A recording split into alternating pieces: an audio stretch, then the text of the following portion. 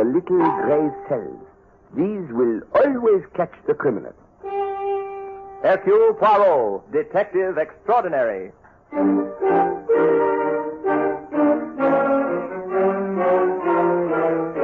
From the thrill-packed pages of Agatha Christie's unforgettable stories of corpses, clues, and crime, Mutual now brings you, complete with bowler hat and magnificent mustache, your favorite detective, Hercule Poirot, starring Harold Huber in Murder is a Private Affair.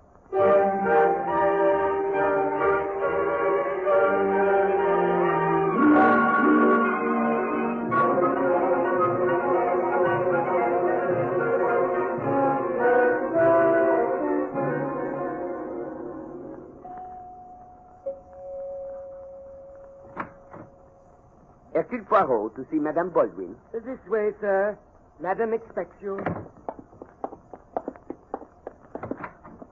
Mr. Hercule Poirot. Ah, Mr. Poirot, come right in. My family has been panting with eagerness waiting for you. Speak for yourself, Aunt Amelia. You see, Mr. Poirot, you'll get to know the family without my introducing you. That was my stupid nephew, Henry Baldwin. Really, Aunt Amelia? I think this procedure of yours is not only high-handed but insulting. You hear that, Mr. Poirot? She thinks I'm insulting her. That's my nephew Henry's wife, Alice. Henry's the only one of the Baldwins who married a plain girl like Alice. That's why we call him stupid. One reason, at any rate. Excuse me, madame, but I do not see the place of Hercule Poirot in this, what appears to be a family squabble. Your place is where I tell you. You get your check for this little matter. Madame, when you sent for me, I thought you might be in difficulty. I see now that I was mistaken. Au revoir. Just a minute, Mr. Poirot. Madame, I have fortunately attained a place in my profession where it is not necessary for me to be insulted by impolite ladies, nor to watch this same lady inflict insults, deserved or not, upon her family. Good for you, Mr. Poirot. Thank you, mademoiselle. I'm sorry if I was rude, Mr. Poirot, but it's partly force of habit and partly annoyance. Also, I take it as one of the privileges of the old. Will you forgive me? But of course, madame. I brought you here to solve a murder, quietly and with no fuss. Madame, I suppose you realize that is a most amazing statement. Murder is never quiet. Exactly. And I'm not going to have this fine old house of mine tramped on by a lot of heavy-footed policemen with photographers taking pictures all over the place. Madame, it is difficult to follow you. Do you mean that there has already been a murder, or that you suspect there is going to be one? Both. My maid was killed this morning, and I am going to be killed as soon as the murderer thinks it's safe. Madame, this is a matter for the police. Oh, fiddlesticks. There's no necessity for the police. The whole thing can be settled today. How, madame? Very simply. My maid was killed because someone of my family mistook her for me. Mother. Quiet! I may be old, but I'm not a doddering imbecile. Not yet. And what leads you to make this assumption, madame? Mr. Poirot, I may not be a detective, but when an old lady in her 70s has a fortune of $6 million to be distributed upon her death to the members of a greedy and impatient family... Mother, I've stood all I'm going to. I don't know what the rest of the family's going to do, but I'm getting out of here. Go right ahead, Lawrence, my son. But remember, the murderer of Marie is going to the electric chair. Madame, I do not know what has been going on in this house. But once again, I strongly advise you to call the police. Well, Lawrence, if you're going, please close the door gently behind you. Mr. Poirot, are you going to take this case?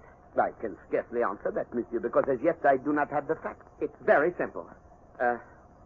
May I, Mother? Certainly, as long as I'm here to see that you tell the truth. Well, this morning, Mother went into the pantry to prepare the coffee and found her maid, Marie, stabbed to death. She immediately jumped to the insane conclusion that some one of us had done it. Mr. Poirot, it's well known that I insist on preparing my own coffee every morning. All the members of my family know it. There was no one in the house except the servants and the people you see in this room. Well, today I overslept, something I haven't done in years. And when I went down to the pantry, I found Marie. She's very much like me, approximately the same age and build. But, madame, I still do not see why you do not call the police. It's very simple, Mr. Poirot. I know that someone in this room is a murderer, and I want you to find out which one it is. And then, when you've discovered the murderer, he or she will commit suicide, and we'll simply give a story to the papers as a double suicide. That will clear everything up, and... Where are you going? To call the police, madame. Your suggestion is not only vicious, but also it is against the law. Mr. Poirot, you are brought here on a confidential matter, and Murder, madame, is never confidential. Jenkins, I told you we were not to be disturbed. I know, madame, but this is about Marie. Marie? What about her? She's dead. Yes, I know, madame. But Marie, or rather, her body has disappeared. It's no longer lying in the pantry.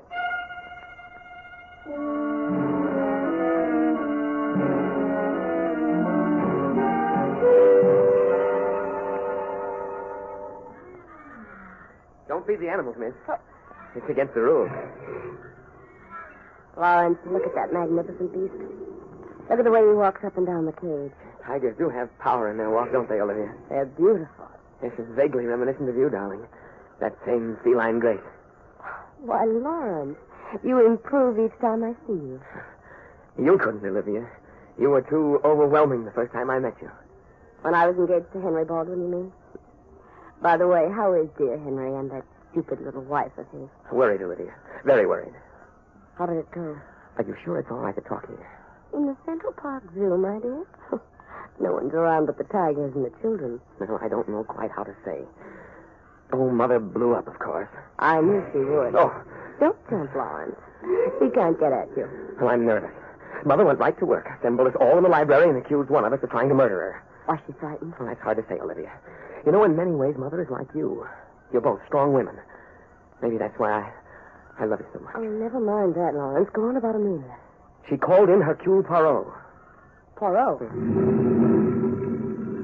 That's right, Tiger. I don't like it either. Poirot's about the only one smart enough to see through this. Then you think we ought to drop it, huh? No. No, we'll just have to watch our step, Lawrence.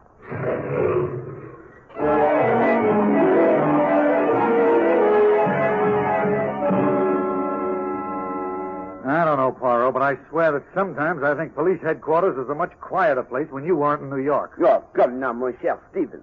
Surely you are not saying that the city of New York had no murders before Hercule Poirot arrived. Sure we had, but they were simple gang killings. Some torpedo put the slug on another hood, and, well, there you had it. There you have it indeed, mon ami, an entirely new language. Well, I understand that better than this Baldwin dame. She's sure a holy terror. Followed me around the house, bawling me out and calling me names. Poirot, where is that maid body? Alas, mon brave, that is a question that I ask myself. And who could have taken it? Now, you tell me that the whole family was sitting there in the library with you. That is right, monsieur. And we checked on the servants. None of them could possibly have moved it.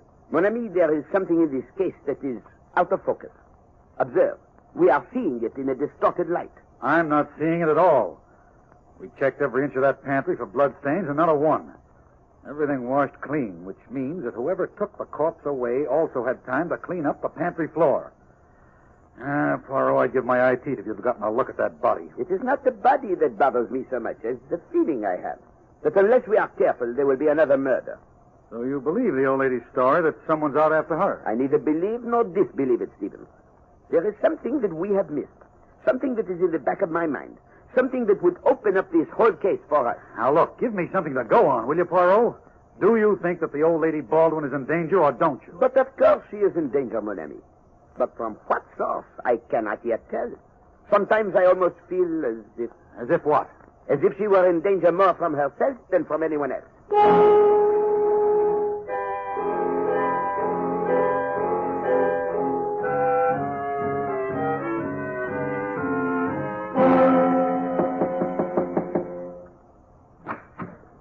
Mr. Hercule Poirot, madam. Oh, let him come in, Jenkins. This way, sir. Bonjour, madame. Good day to you, Mr. Poirot. I suppose you've come back here to do some more snooping? Madame, for a woman who has just stated that she was sure an attempt was made on her life, you are singularly unafraid. What good will it do me to be afraid? Certainly I should be if I felt that I had to depend on either you or the police. You've done nothing but track up the house and ask a lot of silly questions. Then you are relying on yourself to stave off whatever threatens you, madame? I've done it all my life, and I'm too old to change now. May I ask what it is that you intend to do? Yes. I'm going to change my will. Leave every cent to charity.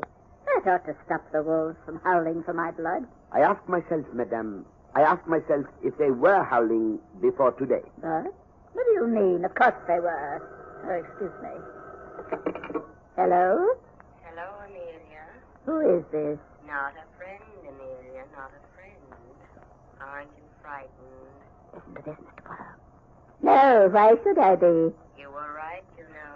Marie was killed by mistake. But perhaps that was all for the best. Now you know we mean what we say. And who is we? Shall we say your creditors? You'll have to be more specific than that. I'm afraid I can't, and I haven't much time. Amelia, you're lucky to be alive. You won't be unless you give us $50,000. You won't get it. We'll mail you instructions as to how we want it and when and where. You're wasting your time, whoever you are. I think not, Amelia. I think not. Marie died quickly and painlessly. But there's no reason why you shouldn't be longer about it and suffer. Think it over. There.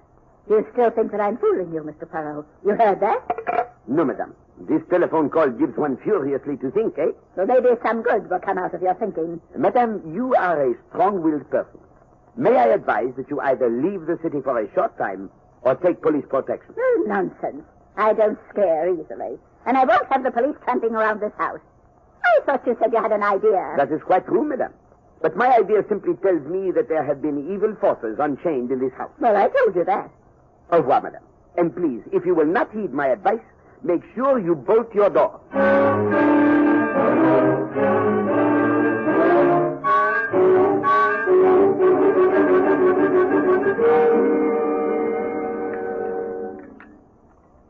Henry. Yes, dear?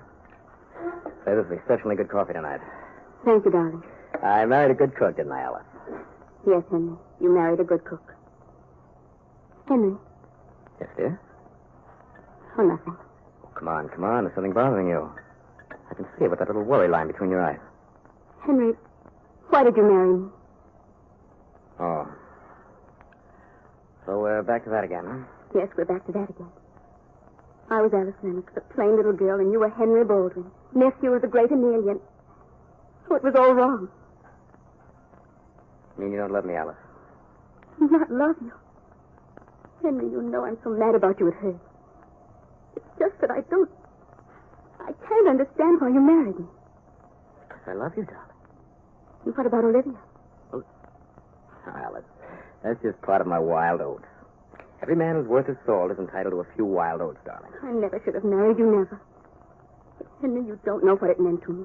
You don't know what you meant to me.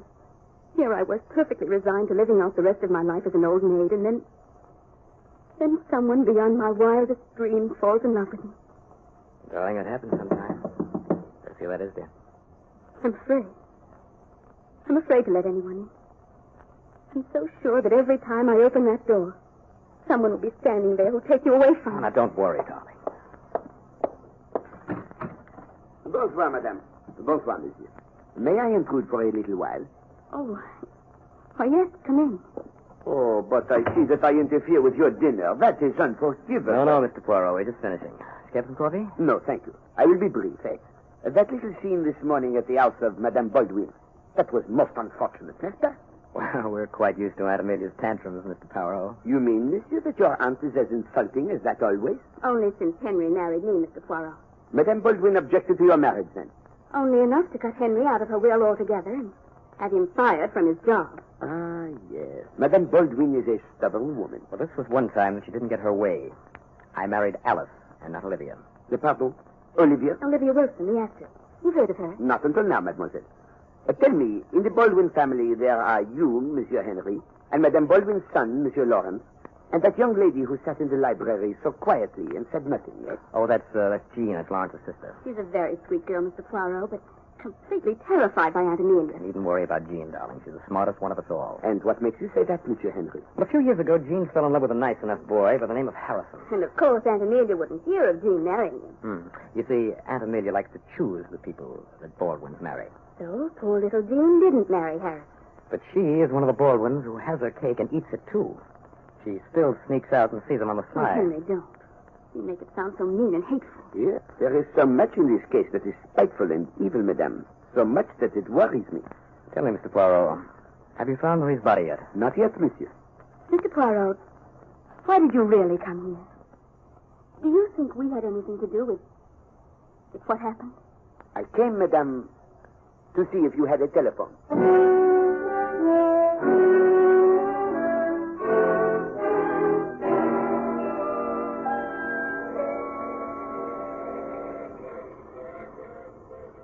Poirot, will you please tell me why we're on this train heading for a little town like Boonville? Because, mon ami, as I have already pointed out, Boonville is the home of Madame Baldwin's maid, Marie. Now, look, Poirot, there are some things I just won't believe. I've been a cop for over 15 years now, and I know that one of the toughest things to do is get rid of a body. Bodies just don't disappear into thin air. Très bien, Stevens. You are on the right track. Continue. I am?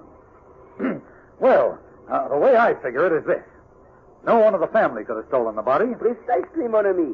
Now you are making good use of the little gray cells. And no one of the servants could have taken it. My congratulations, mon brave. Yet here we are on a train, which means that somebody not only grabbed the body and washed the pantry floor, but they shipped the body off to Boonville. No. It is here you go wrong. Oh. Regard, Stevens.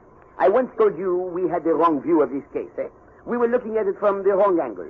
The center of this is a selfish, dominating old woman ruling a family and being hated by this family. What's that got to do with Marie's body? In a way, everything.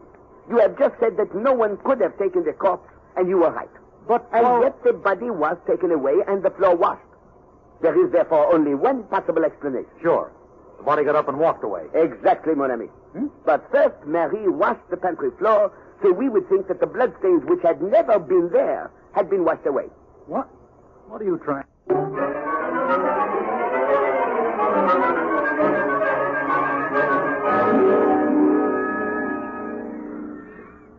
Well, good morning, Lawrence. Good morning. I've been waiting here for you for some time. I rather expected you'd be late after reading the morning papers. What do you mean by that, Olivia? So you really did it, darling. You know, I'm beginning to admire you more and more. Now, stop it, Olivia. You know I had nothing to do with Mother's death. Oh, Lawrence. You can break down and tell me the truth.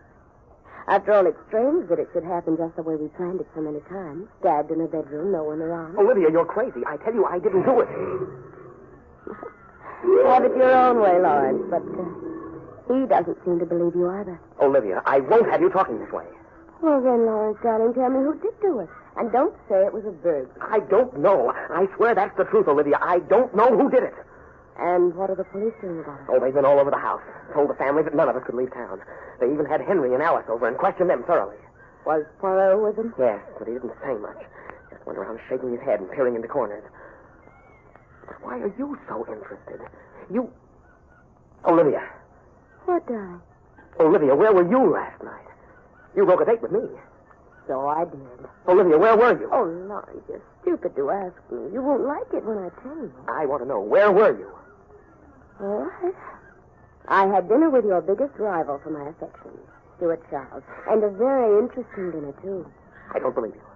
It's easy enough to check. Just call Stuart, not? Lawrence, that man over there with the mustache. Quick, who is he? Where? What? Why, that's it. Poirot, of course. Yes. Oh, you fool, you stupid, blundering fool. You let him follow you here. But, Olivia, I didn't know. You can't Shut up blame and me. listen. We're going to walk out of here together. When we get to Fifth Avenue, you can turn downtown. I'll turn uptown. After that, I don't care what happens to you. But I promise you one thing. Mr. Poirot won't be able to stay with me. But, Olivia... Come on.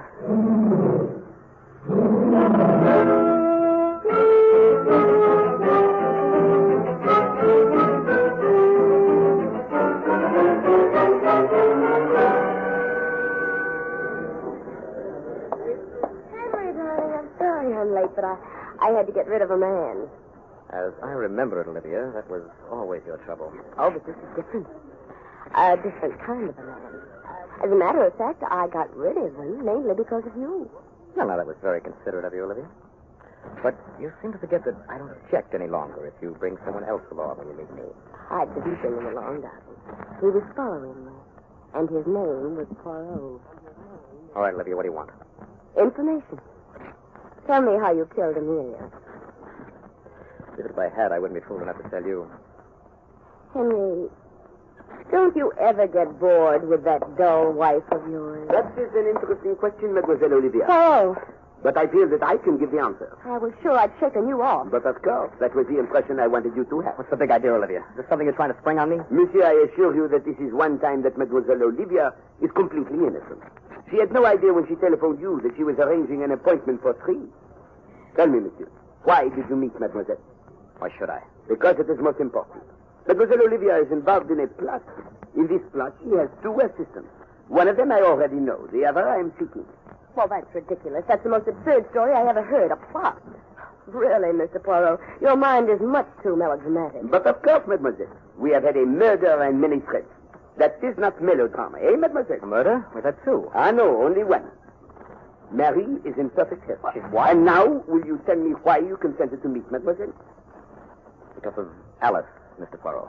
Oh, Henry, darling, that's funny. It's too funny. Strangely enough, mademoiselle, that is the one reason that I will accept. Thank you, Mr. Poirot.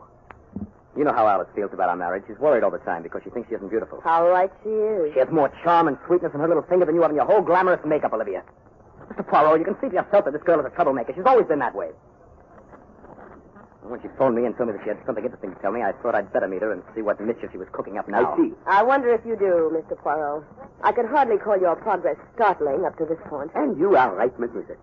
But there have been too many cooks in the mischief in this case. It is time that Hercule Poirot took over the cooking. And I assure you, I shall cook the goose of the murderer.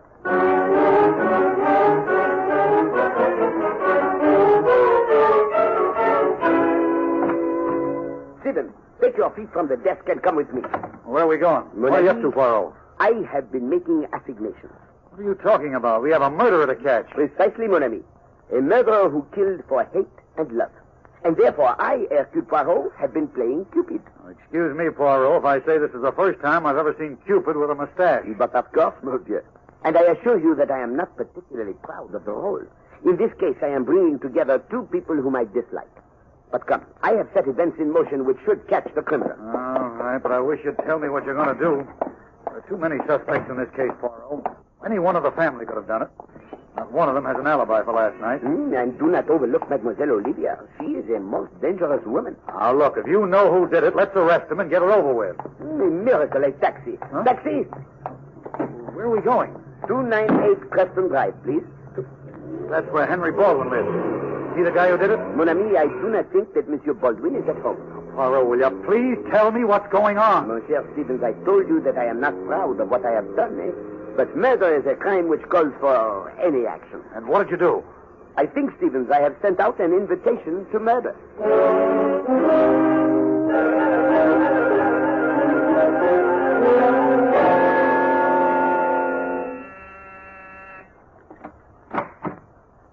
Henry. Why, what on earth brings you here? I'm so surprised I'm forgetting my manners. Come in. Stop acting, Olivia. You know very well you sent for me. Darling, you out of your mind? I did nothing of the sort.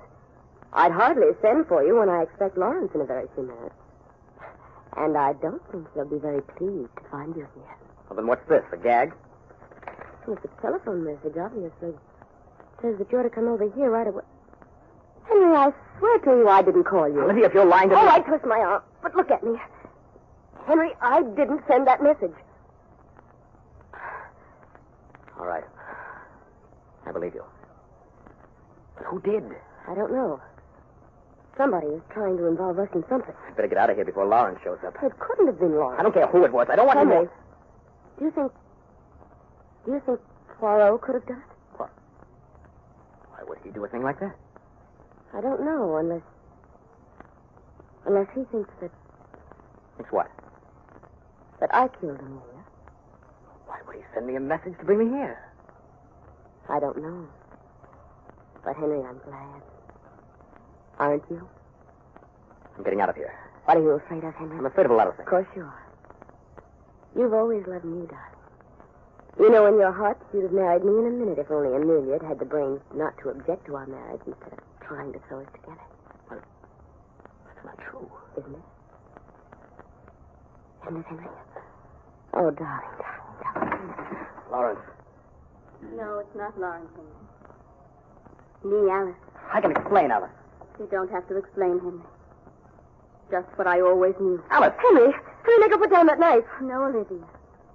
I used this knife once before. No, don't say it. Yes, Henry. I killed Aunt Amelia. I always hated her. She was evil. And she hated me for marrying you. She tried every way she could to ruin our life. I never thought of killing her until that dreadful day when someone put the idea in my mind. With Marie. I did that, Alice. We wanted to frighten Amelia into giving us some money. We never thought of murder. Funny, isn't it? You should put the idea of murder into my head.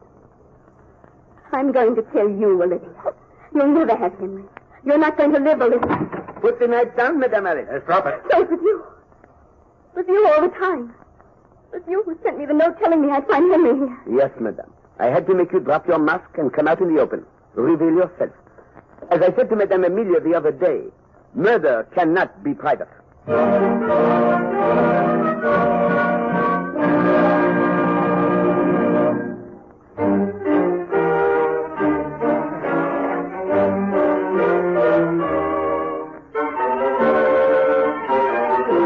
Be sure to listen next week when Agatha Christie, America's favorite mystery writer, brings you her favorite detective, Hercule Poirot, starring Harold Huber in The Bride Wore Flight.